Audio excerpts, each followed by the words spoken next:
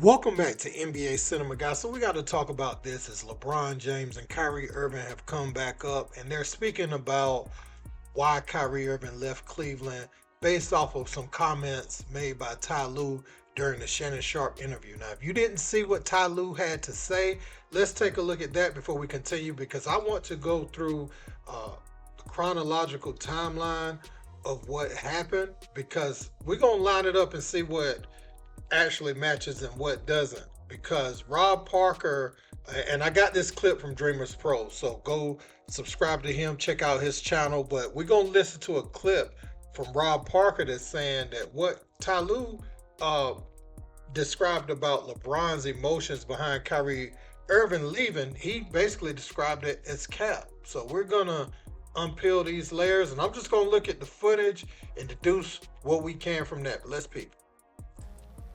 Had LeBron and Kyrie stayed together, they win another championship? Yes, sir. Yes, sir.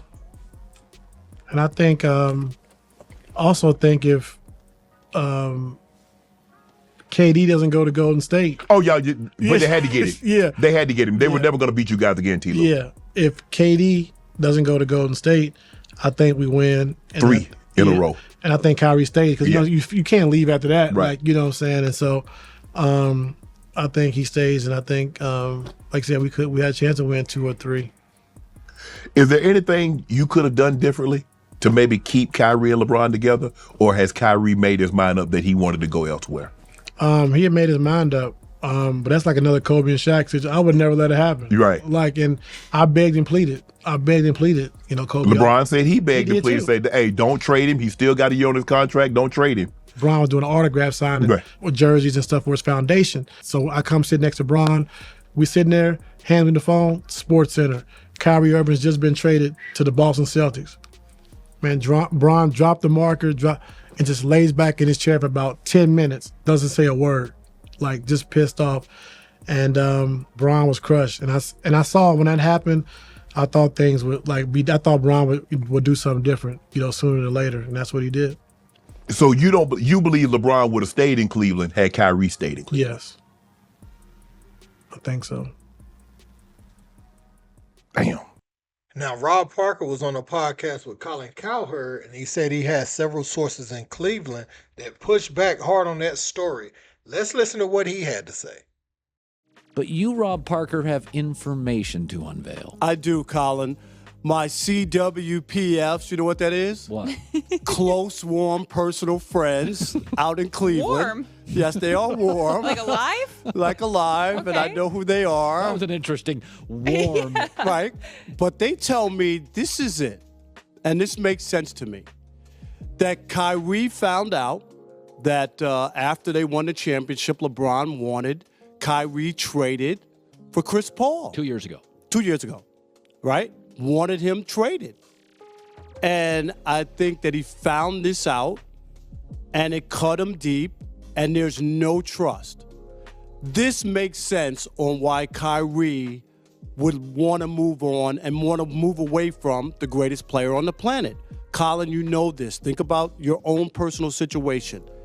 If you thought the guy who you just went to battle with and won a championship with wanted to ditch you right after that for one of his best friends, it would hurt you. Yes. Okay.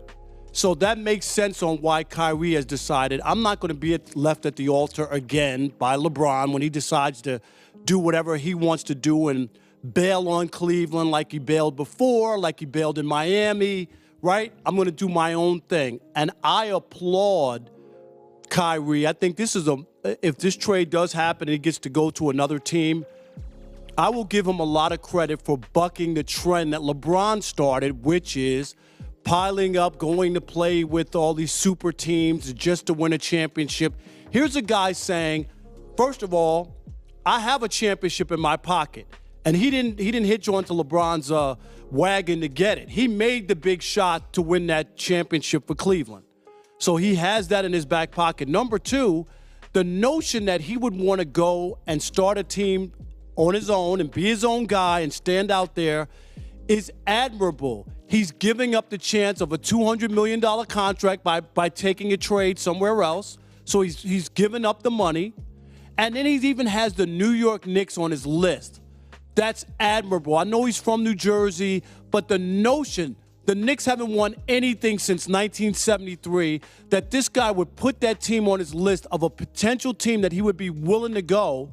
And I think the Knicks are a viable option if you are Cleveland and decide to make the trade. You get Carmelo Anthony. You get a star player for a player of Kyrie's status. So this all makes sense to me. People who are bashing Kyrie, I think they're off base. If all of this information which I've gotten is true, I get it. It would cut me deep. Okay, but I was. Now, we've seen some of the things Kyrie has been through, and it has nothing to do with his basketball playing ability, but just, challenges as a leader with Jaylen Brown and Jason Tatum when they were younger. Also, the whole Brooklyn thing during the pandemic, that was a disaster. But, he found himself in Dallas with Luka Doncic. They ended up trading Luka. But in between that time, there were rumors, specifically when he was in Brooklyn, that he could reunite with LeBron. And obviously, we saw Russell Westbrook start to distance himself from AD and LeBron while he was still there because they were openly lobbying for bringing Kyrie Irving. They wanted Kyrie on that team.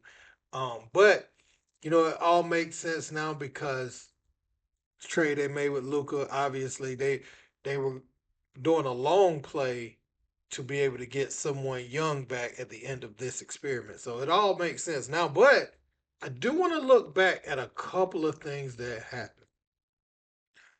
Let's listen to LeBron James, what he had to say about the trade when it happened, because what he says lines up more with what Ty Lue said. And I also want to look at something Kyrie said after he had spent some time in Boston. Tom Withers, Associated Press. Where do you want to start, Bron?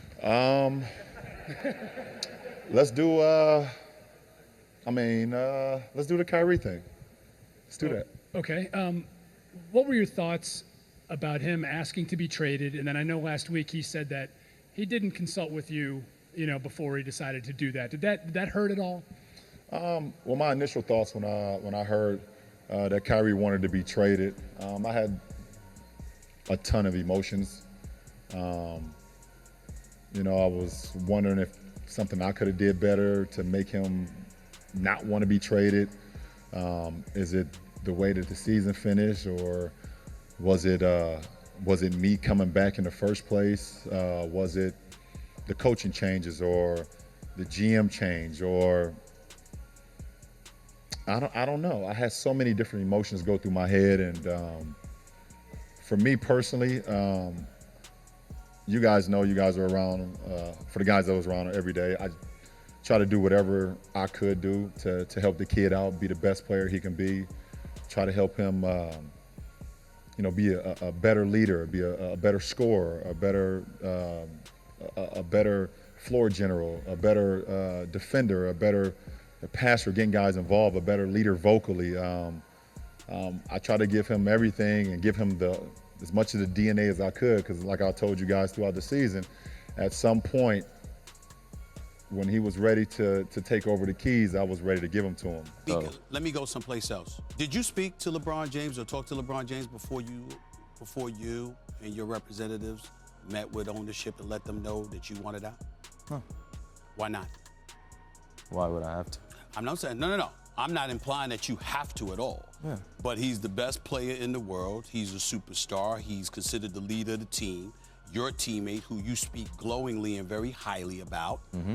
And if you don't want to play there anymore, even though it was a personal decision, chances are, if you don't speak to somebody about it, they might take it personally. Yeah. Do you care about that at all? No.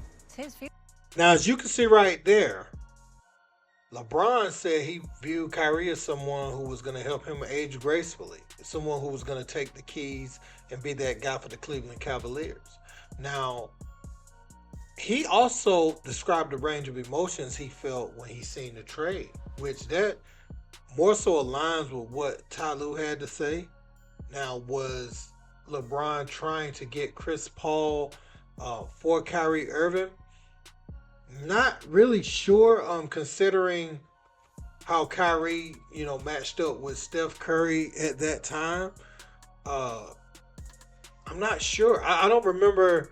I know LeBron has tried to get players to come to Cleveland, but I don't know if at that point, it would have made sense to try to get Chris Paul over Kyrie in that time. And Chris Paul was still an excellent player, but when I look at the nature of his game, he always has the ball in his hands, and LeBron always has the ball in his hands, whereas Kyrie having the ability to run a team at times, but also, his offensive prowess goes perfectly with the skill set LeBron brings to the table. Now let's listen to what Kyrie had to say, because this leads me to believe it wasn't anything about Chris and trying to get him traded. Let's check it out. I'll tell you one thing, and obviously this is something that it was a big deal for me, because I had to call Bron, and tell him, I apologize for being that young player that wanted to everything at his fingertips, and I wanted everything to be at, my threshold. I wanted to be the guy that led us to championship. I wanted to be the leader. I wanted to be all that, and the responsibility of being the best player in the world and leading a team is something that's not meant for many people. And Bron was one of those guys that came to Cleveland and tried to really show us what it's like to win a championship, and it was hard for him. And sometimes getting the most out of the group, it's not the easiest thing in the world. And like I said, only few are meant for it or chosen for it. And I feel like the best person to call was him, because he's been in the situation. He's been there with me, where I've been the young guy of being a 22-year-old kid and wanting everything. He wanted everything right now. Coming off an All-Star year starting, and then this heck of a presence comes back, and now I got to adjust my game to this guy. And, you take it personal, but at the end of the day, he just wants what's best. And he has a legacy he wants to leave, and he has a window he wants to capture. So I think what that brought me back to is all right, how do I get the best out of this group of the success they had last year? So after hearing that, to me, Kyrie Irving took all the responsibility for what happened in Cleveland. You could see LeBron say he was always trying to prepare him to be the best version of himself. And we know historically with great players, that's not always a comfortable conversation with another up-and-coming great player. Kyrie says he was pulling from those experiences and how he handled it to try to, do that with Jason Tatum and Jaylen Brown when they were younger, because they were ascending, and probably specifically more at that time, Jason Tatum was ascending really quickly. And it's like, okay, we got these egos in the locker room, and Jaylen Brown, as a third guy at that time, he was coming up the ranks really quick as a player too. And we see the players they turned out to be leading the Celtics to a title. So imagine their egos as young players. Jason Tatum coming out of Duke, just like Kyrie Irving, and Jaylen Brown still finding his way as a lottery pick. It was a lot to manage, and so that is the portion I don't think Kyrie considered when he was in Cleveland, that LeBron had to take that responsibility as well. Not just how well we put the ball in the basket and what we can do on the floor, but also, making other men respect you in a way where it's healthy for team camaraderie. You know what I'm saying? And that's why I kind of, what Rob Parker said, I ain't saying he didn't get it from his sources. And he also says, if that's true, what I heard, Ty Lue is telling you what he physically seen with his eyes with LeBron. See, so am I going to go with the person that was there, or am I going to go with the person who wasn't there in this scenario? Because I guess that would also depend on if you feel like the person that was there is a liar. I don't take Ty Lue as a liar. I think he kind of says what he means and means what he says. So I'm going to rock with Ty Lue on this one. Guys, let me know what you think in the comments. Don't forget to like, share, and subscribe. Till next time. Peace.